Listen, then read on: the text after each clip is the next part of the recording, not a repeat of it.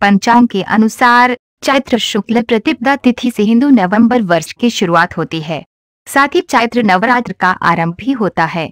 इस बार चैत्र शुक्ल प्रतिपदा तिथि को लेकर ज्योतिषियों में मतभेद है। उज्जैन के ज्योतिषाचार्य अमर डिब्बावाला के अनुसार चैत्र नवरात्र 28 मार्च से 5 अप्रैल तक होगी, लेकिन कई लोग नवरात्र 29 मार्च से 6 अप्रैल तक मनाएंगे। इसी मौके पर हम आपके देवी के प्रसिद्ध मंदिर के बारे में बताने जा रहे हैं। हिमाचल प्रदेश को देवों की भूमि कहा जाता है। यहाँ पर कई देवी देवताओं के प्रसिद्ध और प्राचीन मंदिर हैं। माता के 51 शक्तिपीठों में से 3 हिमाचल प्रदेश में भी हैं, जिनके महत्व और चमत्कारों के बारे में कई पुराणों में उल्लेख मिलता है। आइए अब आपको बताते हैं माता के इन 3 शक्तिपीठों के बारे में। 1. वज्रेश्वरी देवी। हिमाचल प्रदेश की कगंडरा नाम की जगह पर माता का ये शक्तिपीठ है। इस जगह को नगरकोट की रानी के नाम से भी जाना जाता है। यहाँ पर सती माता के वक्ष स्थल यानी स्तन गिरे थे। यहाँ माता की पूजा पिंडली के रूप में की जाती है। वज्रेश्वरी देवी को 10 महाविद्याओं में भी गिना जाता है। मान्यताओं के अनुसार कांगड़ा के पहले शासक भूमिचंद थे और इस मंदिर का निर्माण उन्होंने ही करवाया था। यहाँ है भैरव की चमत्कारी मूर्ति। वज्रेश्वरी देवी के मंदिर में भैरव देवता की एक चमत्कारी मूर्ति भी है। इस भैरव प्रतिमा की यही विशेषता है कि जब भी इस क्षेत्र में कोई भयानक संकट, आपत्ति या रोग संक्रमण आदि की आशंका होती है, तब इस मूर्ति की आंखों से आंसुओं की धारा बहने लगती है या पूरे शरीर से पसीना बहने लगता है। तब तक बहता रहता है जब तक वह विपत्ति खत्म न हो जाए। कहा जाता है कि भगवान भैरव की ये चमत्कारिक मूर्ति लगभग 5000 साल पुरानी है। मंदिर से जुड़ी खास परंपरा। वज्रेश्वरी माता के मंदिर में हर साल मकर संक्रांति पर एक विशेष परंपरा निभाई जाती है। हर साल मकर संक्रांति पर देवी की पिंडली को 112 कुएं के पानी से धोकर मक्खन, मेवों, घी आदि से सजाया जाता है। एक सप्ताह बाद इस मक्खन को उतारकर भक्तों में प्रसाद के रूप में बांटा जाता है। मान्यता है कि इसे शरीर के घावों पर लगाने से घाव ठीक हो जाते हैं। 2. नैना देवी। हिमाचल प्रदेश के बिलासपुर नाम की जगह पर मणिद्वीप नाम का एक पर्वत है। देवी का ये शक्तिपीठ इसी जगह पर है। माता की इस जगह को शक्तिपीठ के साथ साथ सिद्धपीठ भी माना जाता है। पुराणों के अनुसार इस जगह पर माता के दोनों नेत्र गिरे थे। इस मंदिर से जुड़ी एक कथा बहुत प्रसिद्ध है।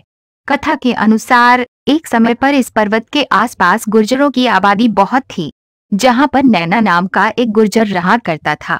वह पशु चराने के लिए रोज इस पहाड़ी पर जाता था। एक दिन नैना ने देखा कि उसकी एक बांझ गाय एक पीपल के पेड़ के नीचे खड़ी थी और उसके थनों से अपने आप दूध निकलने लगा। जब रोज जैसा होने लगा तो उसने वहां बिखरे हुए पत्तों का हटाया। पत्ते हटाने पर वहां एक पिंड दिखाई दिया।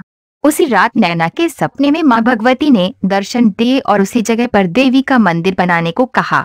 साथ ही नैना को उसी के नाम से प्रसिद्ध होने का वरदान भी दिया। ऐसी है यहाँ की मूर्ति और मंदिर। नैना देवी मंदिर में बाकी 3 मूर्तियां हैं, जिनमें से अंदर वाली मूर्ति को मुख्य माना जाता है। इसके अलावा मंदिर में एक हवन कुंड भी है, जिसकी एक खास विशेषता है। हवन करते समय कुंड में कितनी भी सामग्री डाली जाए, वह कुंड में ही समा जाती है। वैष्णो देवी मंदिर की तरह ही माता नैना देवी के मंदिर तक पहुंचने के लिए यात्रियों को पैदल चलना पड़ता है। माता के दरबार तक पहुंचने के लिए चढ़ाई चढ़नी पड़ती है, लेकिन अब मंदिर पहुंचने के लिए रोपवे ट्रॉली भी चलने लगी है। 3. ज्वाला देवी। हिमाचल प्रदेश में कांगड़ा नाम की जगह से 30 किलोमीटर दूर ज्वाला देवी का प्रसिद्ध मंदिर है। ज्वाला मंदिर को जोतावाली का मंदिर और नगरकोट भी कहा जाता है। इस मंदिर की गिनती माता के प्रमुख शक्तिपीठों में होती है। मान्यता है कि यहाँ देवी सती की जीभ गिरी थी। ये मंदिर माता के अन्य मंदिरों की तुलना में अनोखा है, क्योंकि यहाँ पर किसी मूर्ति की पूजा नहीं होती है, बल्कि पृथ्वी के गर्भ से निकल रही 9 ज्वालाओं की पूजा होती है।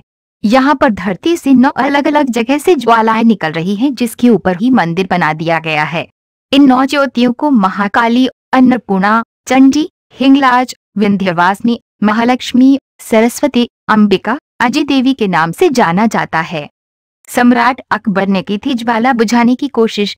यहाँ पर देवी की ज्वाला को बुझाने की कोशिश सम्राट अकबर ने भी की थी, लेकिन ऐसा करने में वह नाकाम रहा।